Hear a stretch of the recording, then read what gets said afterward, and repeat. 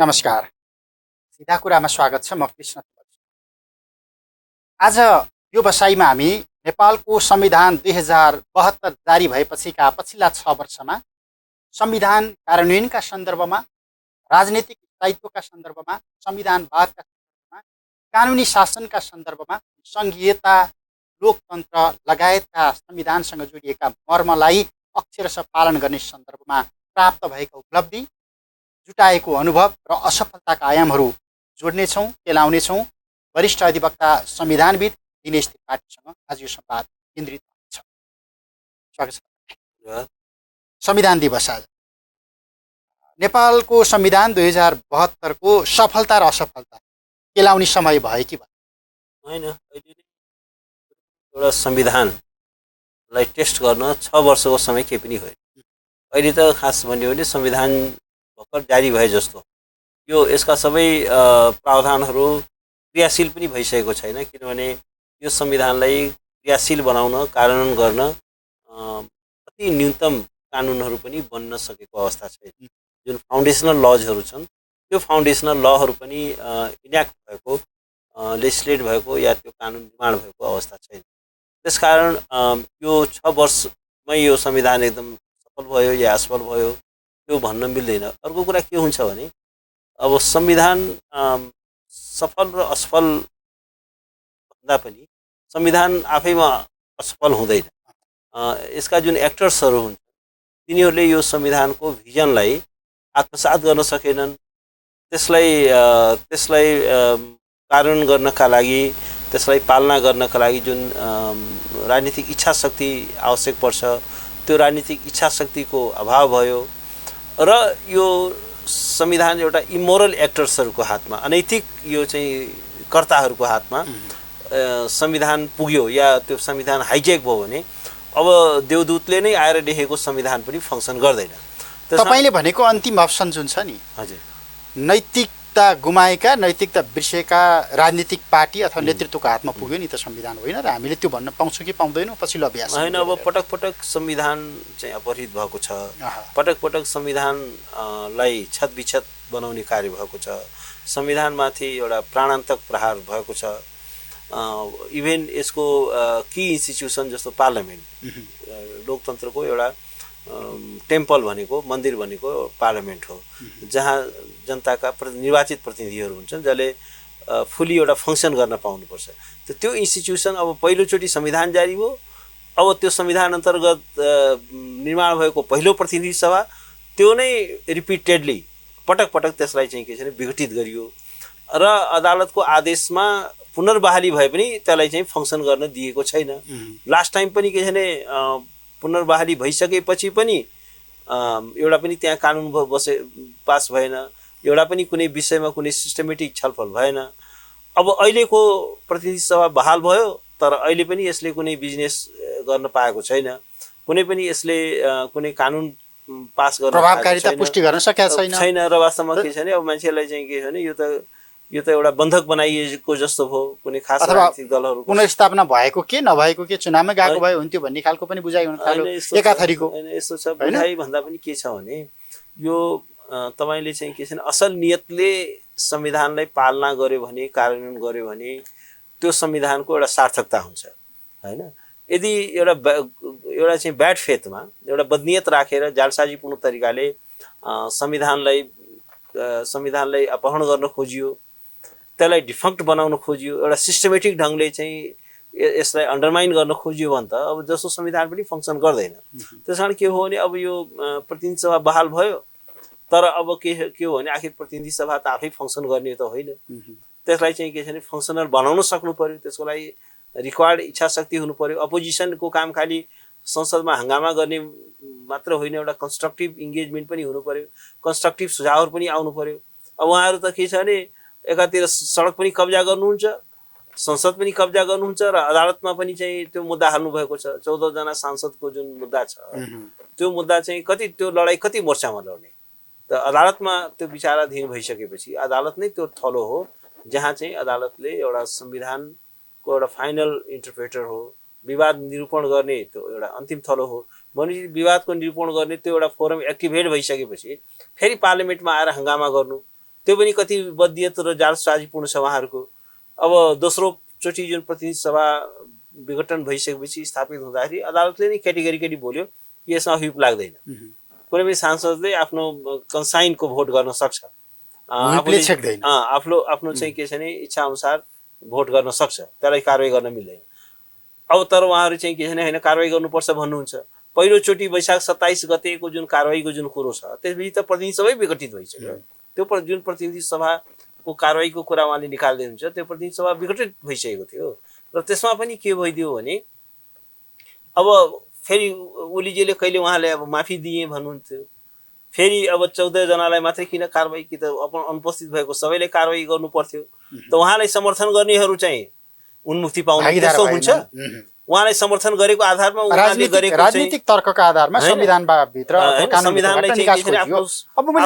अवसरवादी ढंगले आफ्नो सुविधा अनुसार चाहिँ के छ भने तोडमोड गर्ने। यसो भन्दै गर्दाखेरि हाम्रा विगतका 7-8 संविधान किन फेल भएका थिए त? हामीले संविधान हिजोको संविधान असफलता अथवा संविधान रिप्लेस हुँदै गर्दाखेरि संविधान असफल हुनुका पछिल्लोतिरका कारणहरू के लाउने भने त यी यस्तै नियत त थियो होला। संविधान असफल हुने धेरै फ्याक्टरहरू हुन्छन्, जियो पोलिटिक्स पनि हुन्छ, अब शासक वर्गको चाहिँ कुनियत पनि हुन्छ र संविधानको चाहिँ के छ भने एउटा मुलुकमा विद्यमान भएको वास्तवमा संविधान भनेको चाहिँ के हो भने मुलुकमा स्थापित भएको जुन शक्ति सन्तुलनको प्रोडक्ट हो। त्यो पावर इक्वेसनको त्यो प्रोडक्ट हुन्छ। त्यो पावर इक्वेसन जब चेन्ज हुन्छ अनि चाहिँ के हो भने संविधान फ्याँकिन्छ। जस्तो भन्नुहोस् न, अब 15 सालमा निर्वाचन भयो, 17 सालमा जनता बलियो थिए, तर के छ भने 1.5 वर्षमै राजाले शक्ति चाहिँ के छ भने आफ्नो हातमा लिँदै गए र त्यसपछि त्यो सत्ताको डाइनामिक्स चेन्ज हुने बित्तिकै उनले संविधान फ्याँकिदिए। मिलिट्रीले चाहिँ के छ भने किङलाई ब्याक गर्ने बित्तिकै चाहिँ के छ भने संविधान फ्याँकियो। शक्ति सन्तुलनमा अडेको हुन्छ संविधान पनि। त्यस निम्ति के छ भने अब अहिले जनता चनाको छ, जनताको शक्तिले हो संविधानले टिकाउने, नागरिक समाजको शक्तिले हो संविधानले टिकाउने र त्यसको लागि चाहिँ के छ भने भाइब्रेन्ट प्रेस पनि चाहियो र त्यो कोर्टले हो टिकाउने। तर के छ भने त्यो पावर इक्वेसन चेन्ज हुने संविधान फ्याँकिन्छ र त्यसले गर्दाखेरि सबभन्दा यसको घातक कुरा के हुन्छ भने यो इमोरल व्यक्तिहरूको हातमा, अनैतिक व्यक्तिहरूको हातमा सत्ता पुग्यो भने त्यो संविधानले चाहिँ प्रभावकारितामाथि प्रश्न हुन्छ। संविधानै फङ्सन गर्दैन। आजका दिनमा हामी त्यही बिन्दुमा छौँ। अब अहिले चाहिँ के छ भने यो संविधान दिवस हामी मनाउँदैछौँ, तर वास्तवमा के हो भने यो संविधानको भविष्यका बारेमा आश्वस्त हुने ठाउँ छैन या यसका एक्टर्सहरूले राष्ट्रलाई यो संविधान चाहिँ दीर्घायु हुनेछ भन्ने कुराको आश्वस्त पार्न सक्नु भएको छैन। त्यो मेसेज उहाँले दिन सक्नु भएको छैन र वास्तवमा के छ भने यो संविधान कुनै पनि बेला यो क्याजुअलिटीमा पर्न सक्छ। संविधानको असफलता भनेको व्यवस्थाको असफलता होइन, हैन? संविधान अफकोर्स राजनीतिक प्रणालीको असफलता भइहाल्यो, किनभने आखिर संविधान भनेको is a fundamental governing document हैन? यसलाई गाइड गर्ने फन्डामेन्टल गभर्निङ डकुमेन्ट हो। शासन प्रणालीलाई निर्धारण गर्छ, राज्यका विभिन्न निकायहरूको काम कर्तव्य अधिकारलाई परिभाषित गर्छ, नागरिकहरूको हक अधिकारलाई चाहिँ प्रत्याभूत गर्छ। त्यो चाहिँ स्टेटलाई फङ्सनल बनाउनका लागि चाहिने इन्स्टिट्युसन्सहरूको परिकल्पना गर्छ, सेपरेसन अफ पावरको परिकल्पना गर्छ एउटा मोडर्न कन्स्टिट्युसनले। तर अब त्यो चाहिँ के छ भने त्यो एउटा एकदमै कमजोर सन्तुलनमा त्यो टिकेको हुन्छ। त्यो सन्तुलन जब फुसिन्छ अनि संविधान चाहिँ के छ भने कोल्याप्स हुन्छ। आजको दिनमा संविधानको सन्तुलन अथवा प्रभावकारिताको कुरा गर्ने हो भने संविधान जारी गर्दा बखतका शक्ति, राजनीतिक शक्तिहरू जुन ढङ्गबाट अहिले मोर्चाबन्दीमा अथवा ध्रुवीकरणमा लागेका छन्, देखिएका छन् नि, यसले गर्दा यो संविधानको औचित्यमाथि उनीहरू आफैले पनि प्रश्न उठाइराखेको अवस्था हो। तराई मधेसका राजनीतिक पार्टीको कुरा छोडिदिउँ, मूलधारका राजनीतिक पार्टी जसले यसलाई एउटा उपलब्धिका रूपमा स्वीकार गरेका हुन्, व्याख्या गरेका हुन्। होइन, यस्तो छ, अब यो उहाँहरूको के छ भने यो संविधानलाई आफ्नो सुविधाका लागि प्रयोग गर्ने, व्याख्या गर्ने, आफ्नो व्याख्याको लागि प्रयोग गर्ने, आफ्नो व्याख्या अपव्याख्या गर्ने होइन। यदि यो संविधान उहाँहरूको सत्ताको लागि सत्ताको मार्ग प्रशस्त गर्दछ भने संविधान ठिक छ। तर यदि उहाँहरूलाई निरङ्कुश हुनबाट, उहाँलाई सत्तामा पुग्नबाट, उहाँहरूको पावरको चाहिँ स्वेच्छाचारितालाई यदि कर्टेल गर्न खोज्छ, कन्ट्रोल गर्न खोज्छ, सङ्कुचित गर्न खोज्छ भने त्यो उहाँले संविधान मिच्नलाई कुनै चाहिँ उहाँले आइतबार पर्खिनुहुन्न। संविधान मिचेर भए पनि उहाँहरू चाहिँ अगाडि बढ्नुहुन्छ भन्दाखेरि के हो भने उहाँहरूमा त्यो एउटा कन्स्टिट्युसनल कल्चर छैन। संवैधानिक एउटा संवैधानिक संस्कृति संस्कार छैन, छैन, संस्कृति छैन। लोकतान्त्रिक संस्कार छैन, रुल अफ लको कल्चर छैन। यो मुलुकको के छ भने साइनबोर्ड मात्रै चेन्ज गरेर भएन नि। हिजो राजतन्त्र थियो, अहिले गणतन्त्र भन्यो होइन, हिजो एकात्मक थियो, अहिले संहिता भन्यो, साइनबोर्ड मात्रै परिवर्तन भयो, तर त्यो भित्रको कन्टेन्ट केही पनि परिवर्तन भएको छैन। धरातलीय यथार्थ केही पनि परिवर्तन भएको छैन, धरातलीय यथार्थ जस्ताको तस्तै छ भनेपछि अब माथि माथि साइनबोर्ड मात्रै परिवर्तन गरेर त्यसले कुनै एउटा सार्थक चाहिँ के छ भने परिवर्तन ल्याउँदैन। किनभने संविधान भनेको त एउटा ट्रान्सफर्मेसनको रूपान्तरणको दस्तावेज हो। यसले एउटा ह्युज सोसियो इकोनोमिक चेन्ज ल्याउन खोजेको छ र तर के छ भने अब संविधानको गोल चाहिँ एकदम हाई भयो, त्यसलाई बोक्ने जुन नेतृत्व भयो त्यो अत्यन्त कमजोर भयो र अत्यन्त न्यून क्षमताको भयो र जोसँग त्यो क्यापासिटी भएन, भिजन नै भएन। र कस्तो छ भने यो कम्प्युटरको यो अहिले हामी कम्प्युटर एजमा छौँ। हाम्रो नेताहरू चाहिँ के छ भने टाइपराइटर जस्तो छन् होइन। अब तपाईँ टाइपराइटरमा ल्याएर वाइफाई तपाईँले कनेक्ट गरेर अनि अहिलेको चाहिँ के छ भने त्यो इन्फर्मेसन टेक्नोलोजी त्यसमा कनेक्ट गर्न खोज्नु भने के हुन्छ त। अब अहिले नेताहरूको क्षमता नै त्यही हो, उहाँहरूको क्षमता चाहिँ टाइपराइटरको जस्तो छ। हामी उहाँहरूबाट चाहिँ के छ भने एकदम कम्प्युटरको एडभान्स कम्प्युटरको जस्तो हामी उहाँहरूबाट चाहिँ के छ भने उहाँहरूबाट त्यो रिजल्ट चाहन्छौँ। उहाँहरूमा त्यो क्यापासिटी नै छैन, उहाँहरूको त्यो प्रोग्रामिङ नै छैन, उहाँहरूको माइन्डलाई नै रिप्रोग्रामिङ गर्नुपर्ने आवश्यकता हुनसक्छ। जस्तो हामीले संविधान बनाउँदाखेरि एउटा शब्द निकै प्रचलित थियो, स्टेट रिस्ट्रक्चरिङ, राज्यको आन्तरिक पुनर्संरचना। तर अब त्यो स्टेट रिस्ट्रक्चरिङको डिस्कोर्स त चल्यो, तर लिडरको चाहिँ के छ भने माइन्डको पनि रिस्ट्रक्चरिङ हुनुपर्छ, रिप्रोग्रामिङ हुनुपर्छ। किनभने अब तपाईँको के छ भने पुरानो जमानाको कम्प्युटर त्यो प्रोग्रामिङै पुरानो छ। अब त्यो चाहिँ के छ भने अहिले यो विन्डोज कति आइसक्यो, त्यो आजभन्दा 20 वर्ष अगाडिको टाइपराइटर टाइपको चाहिँ विन्डो राखेर अनि त्यसले वाइफाई पनि टिप्दैन, केही पनि गर्दैन, फङ्सनै गर्दैन भन्दाखेरि के छ भने अब त्यो खालको एउटा आउटडेटेड लिडरसिपबाट त्यो जोसँग मोरल क्यापासिटी पनि छैन, पोलिटिकल क्यापासिटी पनि छैन, पोलिटिकल क्यापिटल पनि छैन, मोरली पनि ब्याङ्क्रप्ट छन् र इनकम्पिटेन्ट छन् र त्यो भिजनलेस छ। यो संविधानले 6 वर्षको बिचमा तपाईँले उठान गरेकै विषयहरूलाई हेर्ने हो भने नेपाली समाजलाई, नेपालको अर्थतन्त्रलाई रूपान्तरण गर्ने प्रश्नमा चाहिँ केही काम गर्यो होइन। अर्थतन्त्र त यो एउटा यो कम्युनिस्टहरूको शब्द उधारो लिँदाखेरि के भन्नुपर्छ भने यो दलाल पुँजीपतिहरू मात्रै भयो क्या। रियल भन्ने हो भने एउटा इन्डस्ट्रियल जस्तो भन्नुहोस् न, यहाँ चाहिँ यो जुन देशमा व्यापारीले पैसा कमाउँदैन, उद्योगपतिले पैसा कमाउँदैन, तर राजनीतिज्ञले पैसा कमाउँछ, त्यो फेल्ड स्टेट हो। हामी कहाँ चाहिँ के छ भने कुनै सबै उद्योग धन्दा बन्द भयो, एउटा मात्रै राजनीतिको कुटीर उद्योग मात्रै चालु छ, कटेज इन्डस्ट्री अफ पोलिटिक्स, त्यही सबभन्दा प्रोफिटेबल इन्डस्ट्री त्यही छ। र यो देशमा चाहिँ के छ भने उद्योगपतिहरू छैनन्, यहाँ चाहिँ के छ भने त्यो बिचौलियाहरू छन्। नेताको चाहिँ के छ भने नेताले भ्रष्टाचार गरेको पैसा त्यो चाहिँ के छ भने व्यापारीहरूले चलाइरहेको छ, उनीहरूले त्यो पैसा म्यानेज गर्छन् र तिनै व्यापारीहरू चाहिँ पुरस्कृत हुन्छन्, तिनै व्यापारीहरूले चाहिँ के छ भने प्रोक्योरमेन्टहरू पाउँछन्, ठेकापट्टा तिनीहरूले पाउँछन्। यो देशमा उत्पादन भन्ने कुरा केही छैन। कुनै इन्डस्ट्री छ सिओको बनाउने एउटा चाहिँ उखान्छ सिओ पनि बन्दैन, साँच्चीकै एउटा सिओ त बनाएर देखाउनु नि कमसेकम, एउटा पनि कुनै इन्डस्ट्री भन्ने यो चिजै छैन।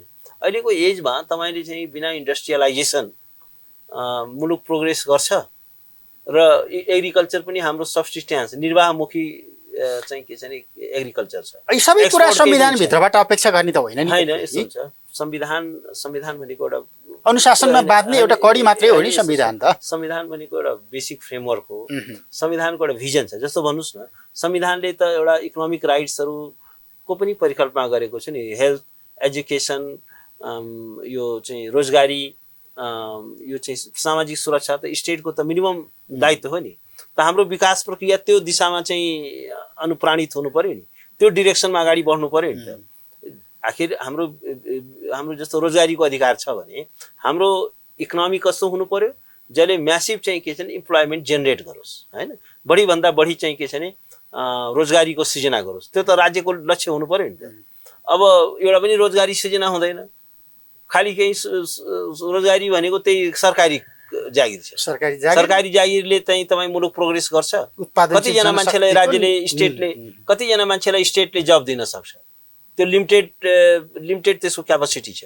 जबसम्म चाहिँ के छ भने म्यासिभ चाहिँ इन्डस्ट्रियलाइजेसन हुँदैन, प्राइभेट सेक्टरमा चाहिँ के छ भने इम्प्लोइमेन्ट जेनेरेट हुँदैन, स्टेटले गरेको सेनाको जागिर, प्रहरीको जागिर र निजामतीको जागिर, यति जागिरले चाहिँ के छ भने नेपालको कुनै राष्ट्रको चाहिँ बेरोजगारी समस्या हल हुन्छ? त्यो त प्राइभेट सेक्टर इन्भाइरोमेन्ट हुनु पर्यो। संविधानले जस्तो सामाजिक न्यायको कुरा गर्यो, विकासको कुरा, राइट टु डेभलपमेन्टको कुरा गर्यो, सामाजिक न्यायको कुरा गर्यो, समाजवाद उन्मुख पनि भन्यो। त्यो भनेको चाहिँ के छ भने सीमान्तमा बसेका व्यक्तिहरूको इकोनोमिक इम्पावरमेन्ट हुनु पर्यो।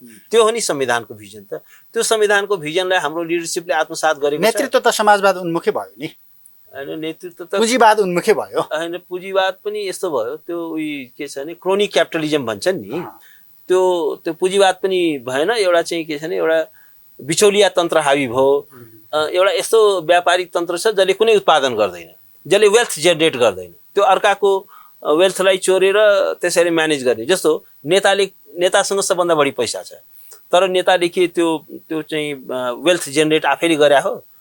त्यो त ठगीको पैसा हो, त्यो धोखाधडीको पैसा हो, त्यो राज्यको कोषलाई लुटेको पैसा हो या जनताले चुसेको पैसा हो। त्यस्तो पैसा कमाएर कुनै राष्ट्र धनी हुन्छ? त्यो त के छ भने वेल्थ जेनेरेट हुँदाखेरि त मुलुकमा टेक्नोलोजी ट्रान्सफर हुनु पर्यो, राज्यले ट्याक्स पाएको हुनु पर्यो, इम्प्लोइमेन्ट जेनेरेट हुनु पर्यो, अनि पो त्यो इकोनोमीले पो राज्यलाई स्टेट प्रोग्रेस हुन्छ। त्यो त के छ भने यो घुसखोरीको पैसा, ठगीको पैसा, कालाबजारीको पैसा, मानव बेचबिखनको पैसा, ड्रग ट्राफिकिङको पैसा, ब्ल्याक मनी। यो तपाईँले भनिराखेका कुराहरूलाई हामीले 62-63 को जनआन्दोलनको पूर्व सन्ध्यामा माओवादी द्वन्द्वका कारण नेपाल अब असफल राष्ट्रको बाटोमा गयो भनेर हामी भन्थ्यौँ नि त्यति बेला। अब त्यो कालखण्ड पुरा भएर हामीले त्यसको 10 वर्ष पछाडि जारी गरेको यो संविधानले त्यो असफल राष्ट्रबाट जोगाउनको लागि अथवा सही ट्र्याकमा ल्याउनको लागि चाहिँ केही काम गरेको छ? तपाईँले उठान गरेका विषयहरू यो त मुलुक एउटा कस्तो छ नि, कुनै एक थान किताब अथवा संविधान हुनु र नहुनुले फरक पारेन। केही फरक पारेको छैन। एउटा म के भन्छु भने जस्तो परिवर्तन चाहिँ विशाल परिवर्तन भयो, गणतन्त्रबाट राजतन्त्रबाट गणतन्त्र आयो, एकात्मकबाट सङ्घीय प्रणाली आयो, र के छ भने मौलिक हकको व्यापक चाहिँ परिकल्पनाहरू गरियो, स्थानीय तहमा पनि चाहिँ के छ भने धेरै अधिकारहरू दिएको जस्तो देखियो। तर हाम्रो कस्तो छ भने सबै कुरा भएर पनि केही नभए जस्तो छ, हेर्दाखेरि ठुलो परिवर्तन भएको छ। तर एउटा कुरा के भन्दो रहेछ भने परिवर्तन हुनु मात्र पर्याप्त छैन। Change is inevitable but progress is not. परिवर्तन त हुन्छ, मतलब भनौँ न जस्तो चेन्ज त भयो, परिवर्तन त भयो, तर प्रगति चाहिँ भएन, प्रोग्रेस चाहिँ भएन क्या। अब किनभने प्रगति भनेको जहिले पनि सकारात्मक हुन्छ, त्यसले चाहिँ जनताको एउटा वेलबिङ, एउटा चाहिँ सर्वाङ्गीण एउटा चाहिँ विकास हुन्छ, एउटा लोक कल्याणको सर्वाङ्गीण रूपमा जनताको लोक कल्याण हुन्छ। तर यो के हो भने यो चाहिँ परिवर्तन भयो त हिजोको भन्दा झन् कुशासन बढ्यो, झन् ज्यादा भ्रष्टाचार बढ्यो, झन् ज्यादा व्यतिथि बढ्यो, झन् ज्यादा चाहिँ के छ भने अराजकताहरू बढ्यो।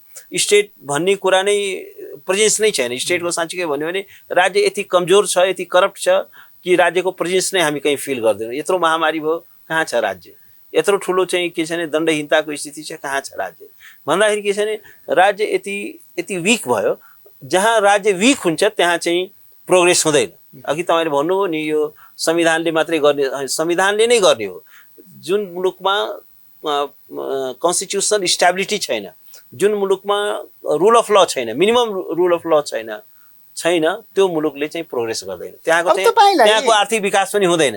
त्यसको लागि पनि चाहिँ के छ भने कन्स्टिट्युसनल स्टेबिलिटी चाहियो। त संविधानलाई नै एउटा साइकलसँग लगेर दाँजिदिउँ न। तपाईँसँग साइकल भए पनि, बेन्च कारै भए पनि, तपाईँसँग हेलिकप्टरै भए पनि, जहाजै भए पनि, जब तपाईँले सही ढङ्गबाट त्यसलाई चलाउन सक्नुहुन्न भने अनि त्यो साइकललाई दोष दिइराख्नु भएको छ कि तपाईँले हवाईजहाजलाई दोष दिइराख्नु भएको छ? अब हामीले गरिराखेको छ त्यही भयो नि पटक पटक।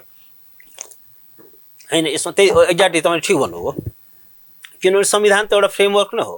संविधानको बारेमा एउटा के भनिन्छ भने संविधानले स्टेटका सबै अर्गन्सहरूको पावर एन्ड फङ्सन डिफाइन गर्छ।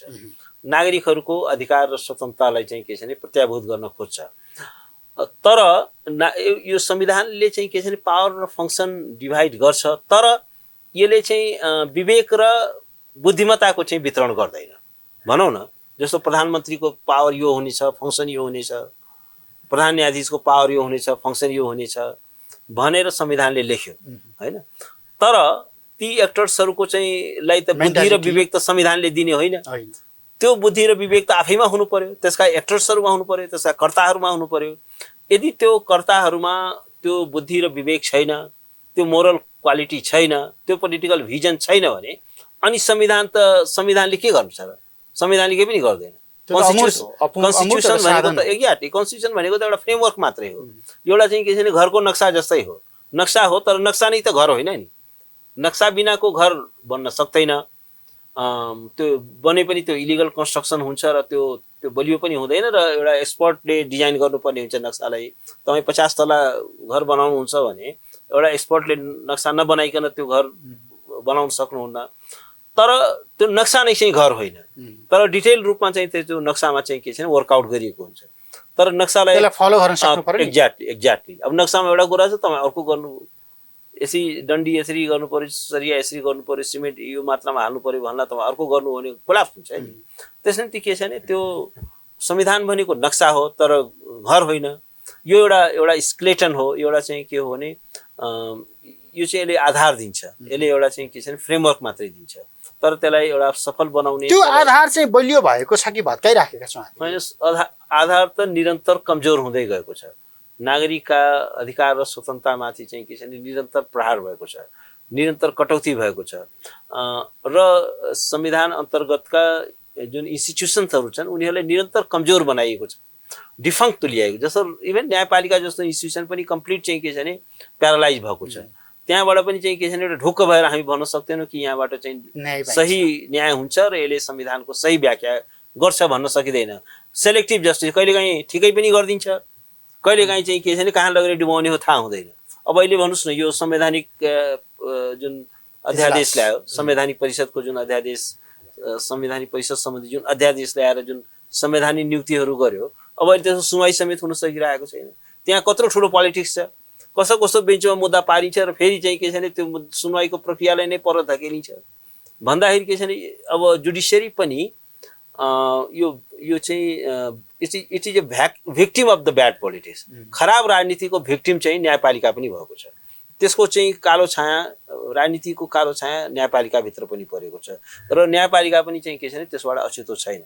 अब अरू इन्स्टिट्युसनहरू पनि त्यस्तै हो। संवैधानिक निकायहरू त सबै कब्जै गरियो, संविधानलाई मिचेर त्यहाँ नियुक्तिहरू गरियो, लेनदेनको आधारमा गरियो, आफ्नो आसेपासेलाई गरियो र के छ भने संविधानको मर्म र भावनालाई कुल्चेर गरिएको छ भन्दाखेरि चाहिँ के हो भने अब यसले गर्दाखेरि आज हामी यो संविधान हुनु र नहुनुको तात्विक रूपमा जनताले अनुभूति गरेको छैन, आम रूपमा अनुभूति छैन, अनुभूति गराउन सकेका छैन। अब यसलाई यही कोर्सलाई चाहिँ तपाईँले तराई मधेसतिर गएर त्यहाँको चस्मा लगाएर हेर्नुभयो भने त्यहाँको राजनीतिलाई कसरी जोड्नुहुन्छ? अब होइन, मधेसको पोलिटिक्स जो गएको वर्ष मौन बस्यो, यो वर्ष कालो दिवस मनायो, अघिल्लो वर्ष कालो दिवस मनायो होइन। अब यस्तो छ, यो के छ भने तराई भनौँ मधेस भनौँ नेपालको इन्टिग्रल पार्ट हो, एउटा महत्त्वपूर्ण हिस्सा हो। नेपालको चाहिँ के छ भने ब्रेड बास्केट पनि हो, त्यो इम्पोर्टेन्ट पार्ट हो। त्यहाँको जनसङ्ख्या, त्यहाँको भूगोल, मधेस बिनाको नेपालको परिकल्पना हुँदैन। तर अब मधेसकोमा जुन एक थरी आफूलाई मधेसवादी भन्ने खासै कुरा केही पनि हुँदैन, तर आफू मधेसवादी भनेर त्यो एउटा चरम राजनीतिक अवसरवादिता व्याप्त छ। अब यही संविधान लाई चाहिँ संविधानलाई कन्डेम पनि गर्यो। यही संविधान अन्तर्गत फेरि कुर्सीमा जानलाई सत्ताको लागि तथाड मछाड पनि छ। फेरि अब जस्तो भन्नुहोस् न, तपाईँ यो मन्त्री पद ग्रहण गर्दाखेरि या संविधान अन्तर्गत कुनै पनि फङ्सनरिजको रूपमा आफूलाई नियुक्ति गर्दाखेरि तपाईँले संविधान रक्षाको त शपथ खानुपर्छ नि। अनि फेरि कालो दिवस पनि मनाउने, त्यसबाट हुने लाभ पनि लिने, त यो खालको चाहिँ के छ भने यो चरम अवसरवादी राजनीति हो। मलाई चाहिँ यस्तो अवसरवादी राजनीतिले कसैलाई पे गर्दैन। तर एउटा कुरा के छ भने नेपालको एउटा चुरो भनेको मधेस नै हो, मधेस पनि हो। त्यहाँको जुन तर राजनीतिक बिचौलिया प्रवृत्तिले मधेसलाई बदनाम गर्यो नि। त्यसकारण के छ भने अब एक थरी यो चरम राजनीतिक अवसरवादिता व्याप्त छ राजनीतिमा। हुन त त्यो सबै ठाउँमा त्यो व्याप्त छ, त्यो मधेस पनि अछुतो छैन। तर के छ भने अब यो खालको चरम जुन अपर्च्युनिजम छ, त्यो अपर्च्युनिजमले अब कसैको मधेसको पनि जनताको हित गरिरहेको छैन र ती तत्त्वहरूलाई अब बिस्तारै जनताले चिन्दै गएको पनि छ। मधेसले ती तत्त्वहरूलाई चिन्दै गएको छ र पछिल्ला चुनावमा तिनीहरू चाहिँ दण्डित हुँदै पनि आएका छन्। पहिलाको जुन प्रचण्ड बहुमत एकचोटि ल्याए, अब त्यो चाहिँ के छ भने किनभने त्यो किसिमको पर्फर्मेन्स गर्न सकेनन्। सत्ता पाउँदाखेरि एउटा कुरा गर्यो, फेरि विपक्षमा गएपछि अर्को कुरो गर्यो। सत्तामा जाँदा संविधान ठिक, सत्तामा जाँदा यो संविधानै गलत भन्ने खालको जुन प्रवृत्ति हो, त्यो अवसरवादी राजनीतिको पहिचान मधेसका जनताहरूले चाहिँ के छ भने गर्दै गएका छन्। उनीहरूमा त्यो चेतनाको स्तरलाई चाहिँ के छ भने स्तर चाहिँ बढ्दै गएको छ। उनीहरूको राजनीतिक समझ पनि बढ्दै गएको छ र यो एउटा इम्पोर्टेन्ट डेभलपमेन्ट हो। जस्तो यो राजनीतिक तिकडमबाजीको घानमा परिराखेको हाम्रो अहिलेको यो संविधानको दीर्घकालीन उपादेयताका सन्दर्भमा तपाईँ केही विश्लेषण गर्न सक्नुहुन्छ? अब होइन, एउटा के छ भने जस्तो लोकतान्त्रिक संविधानको विकल्प छैन। लोकतान्त्रिक संविधानको एउटै विकल्प के छ भने यो संविधानलाई अझै ज्यादा लोकतान्त्रिकरण गर, अझै ज्यादा यसलाई यसको परिमार्जन गर। र त्यो परिमार्जन भन्ने कुरा चाहिँ दुईटा तरिकाले हुन्छ। एउटा त फर्मल एमेन्डमेन्ट हुन्छ कन्स्टिट्युसनको, 2/3 बहुमतले संविधान संशोधन विधेयक पेश भएर 2/3ले एडप्ट गर्यो भने त फर्मली कन्स्टिट्युसन एमेन्ड भयो। तर संविधान संशोधनको त्यो मात्र बाटो छैन। संविधानलाई परिमार्जन गर्ने, परिष्कार गर्ने अरू चाहिँ के छ भने त्यसका लागि त्यो राजनीतिक संस्कारहरू विकसित हुँदै जानु पर्यो। अदालती व्याख्याद्वारा पनि संविधान समृद्ध हुँदै जान्छ। जस्तो अहिले हामीले देख्यौँ 2टा ल्यान्डमार्क कोर्ट जजमेन्ट आयो यो पार्लियामेन्टको विघटनको बारेमा। त्यसले हाम्रो संविधानलाई धेरै ज्यादा विकसित गरेको छ, धेरै ज्यादा अस्पष्ट प्रावधानहरूलाई एकदमै स्पष्ट गरेको छ। राजनीतिक पद्धति र प्रणाली अनि संस्कारका सन्दर्भमा चाहिँ लगेर त्यो फैसलालाई जोड्यो भने के हुन्छ?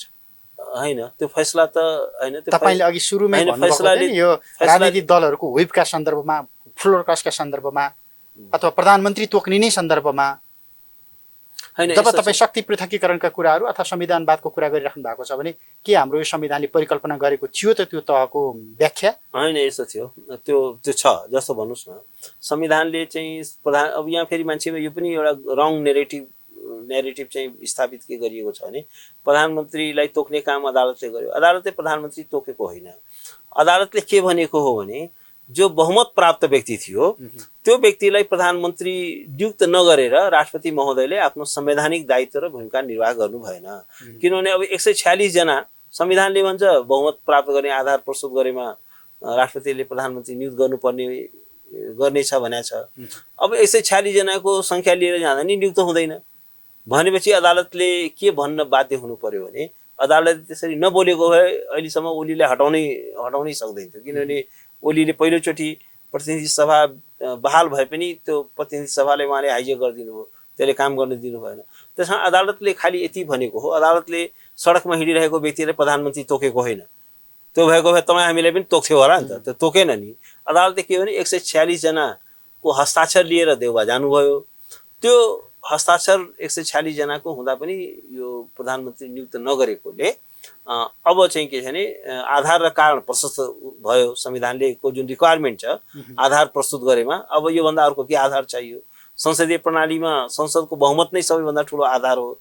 त्यो पनि विथ सिग्नेचर पेश गरेको छ, शनाखतै गरेको छ भनेपछि त्यस्तो उसलाई चाहिँ गर्नु भनेर अदालतले भनेको त्यो हो। त्यो अदालतले के को आधारमा भन्यो? त्यो 146 संख्याको आधारमा भन्यो र वास्तवमा जब हस्ताक्षर शनाखतको आधारमा अब त्यसैको आधारमा टेकेर अदालतले व्हिप नमाने पनि कारबाही नगर्नु भनेको दलीय प्रजातन्त्रमा हैन। त्यो के हो भने संसदीय प्रजातन्त्रमा त्यो अरु हैन, अदालतले व्हिपै लागू हुँदैन भन्ने भने होइन। अदालतले चाहिँ के छ भने त्यो सरकार निर्माण प्रक्रियामै अरु पनि कुनै प्रक्रियामा जहाँ व्हिप लगाइन्छ, व्हिप लगाउने फेरि सबै कुरामा व्हिप लाग्दैन, त्यसको केही निश्चित ग्राउन्डहरु छ। तर अदालतले खाली एउटा लिमिटेड व्याख्या के गर्यो भने यो 76/5 को सरकार हो। 76/5 मा चाहिँ के छ भने कुनै एउटा व्यक्तिले आधार प्रस्तुत गरेमा भनेको छ। त कुनै एउटा व्यक्तिले त चाहिँ के छ भने यो चाहिँ के छ भने व्हिपको आधारमा गर्यो भने त एउटा व्यक्तिको त सरकारी बन्दैन नि। त्यो त 76 1 2 3 अनुसार त छँदै छ नि त्यो बाटो। 76/5 भनेको अदालतले के यो चाहिँ एक्सेप्सनल हो। किनभने 76/5 मा आइसकेपछि जस्तो अब अहिले शेरबहादुर देउवाजी उहाँ चाहिँ एउटा कांग्रेसको संसदीय दलको नेता हुनु हो, तर नेता हुनु जरुरी छैन। त्यहाँ एउटा कुनै व्यक्तिले एउटा चाहिँ नारायणमान बिजुक्छेले पनि 136 समर्थन पनि गर्न सक्छ। एउटा व्यक्ति सांसद छ उसले पनि जुटाउन सक्छ। त्यस निम्ति के हो भने त्यो क्षेत्र 5 को लागि मात्रै त्यो व्याख्या चाहिँ प्रधानमन्त्री नियुक्ति गर्दाको दिनसम्मको लागि मात्रै भयो हो हैन, र त्यो पनि विश्वासको मत दिने दिनसम्म 76 त्यो पनि 76-5 को सरकारको, अरु हैन। 76-1 को सरकारमा पनि डुबी लगाउन पाइँदैन भन्यो त सरकारै बन्दैन। 76-2 मा पनि चाहिन्छ, 76-3 मा पनि, खालि 76-5 को लागि किनभने त्यो संसदको अन्तिम विकल्प त्यो भएको परिस्थिति, किनभने त्यो त एउटा संविधानको लागि त्यो त एउटा एन्टिबायोटिकको रूपमा। तर दलीय नैतिकता र दलीय मर्यादाका कुराहरू त त्यहाँ गएर मिच्यो नि त हैन दलीय व्यवस्थामा। अब दलीय व्यवस्थामा त अफ कोर्स नि यस्तो छ के, अब अदालत भलै राजनीतिक पार्टीहरु आफैले निम्ति आएको त्यो परिस्थिति हो। यस्तो हुन्छ के, अदालतले दलीय राजनीतिमा नैतिकता अदालतले कायम गरिदिने होइन। अदालत भनेको चाहिँ त्यो त्यसले लिगालिटी मात्रै टेस्ट गर्छ। कुनै कुरा चाहिँ कानुनी छ कि गैर कानुनी छ, संवैधानिक छ कि गैर संवैधानिक छ, त्यति कुराको लिमिटेड कुराको टेस्ट अदालतले गर्छ। अब नैतिकताको कुरा त फेरि चाहिँ के छ, त्यसका एक्टर्सहरुमा आफै हुनु पर्यो। नैतिकताको सच्चरित्रको जुन कुरा छ, अदालत भनेको मोरल पुलिस होइन। अदालतकोले चाहिँ के छ भने कानुनी कुरा मात्रै हेर्छ, मोरल पोलिसिङ अदालतले गर्दैन। त्यसकारण अब त्यो राजनीतिमा हुनुपर्ने नैतिकता, विवेक, उच्च चरित्र भने त राजनीतिज्ञहरुमा हुनु पर्यो। अब त्यो छैन भने त्यो छैन भने जनताले त्यसलाई दण्डित गर्छ। 76-5 सम्म राजनीतिक दलहरु पुग्दैन थिए यदि त्यो नैतिकता भइदिएको भए त्यो परिस्थिति आउँदैन। अन्त्यमा लगभग समय सकिएको छ। यो अहिलेको संविधानको हुन त लोकतन्त्रको विकल्प लोकतन्त्रै हो, संविधानको विकल्प संविधान नै हो।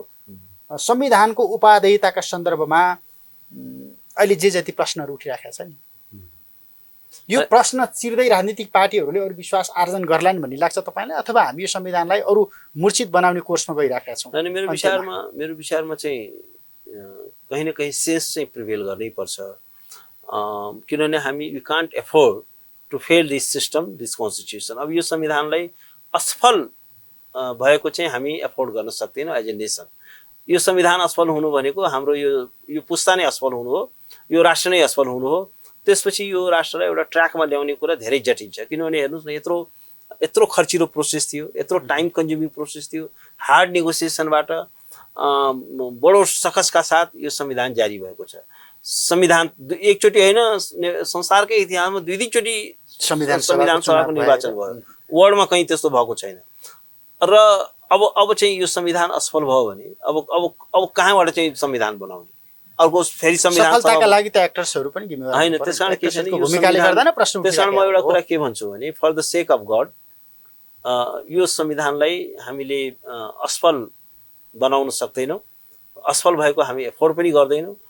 यसमा अफकोर्स त्रुटि छन्, कमजोरी छन्, समस्याहरू छन्। त्यसलाई एउटा चाहिँ एड्रेस गर्दै जानुपर्छ, सम्बोधन गर्दै जानुपर्छ। संविधानको बारेमा म के भन्छु नि, यो लेखिँदैन, यो विकसित हुन्छ, निरन्तर विकसित हुन्छ। यो डाइनामिक दस्तावेज हो, यो एकदमै गतिशील दस्तावेज हो। यसले चेन्जिङ निड्स अफ द टाइमलाई, यसले चाहिँ चेन्जिङ एस्पिरेसन अफ द पिपललाई यसले चाहिँ आत्मसात गर्दै अगाडि बढ्छ। र त्यो एउटा शक्ति यो संविधानले उत्पन्न गर्न सक्नुपर्छ। र सबैभन्दा ठुलो के छ भने, the people are the real owner of the constitution. यो संविधान भनेको जनतालाई चाहिएको छ, नागरिकलाई चाहिएको छ, सरकारलाई चाहिएको छैन, नेतालाई चाहिएको छैन। नेता त संविधान नहुँदा उनीहरूलाई झन् स्वेच्छाचारी हुन पाउँछ। त्यसकारण के छ भने, हामी you are the real owner and keeper of the constitution.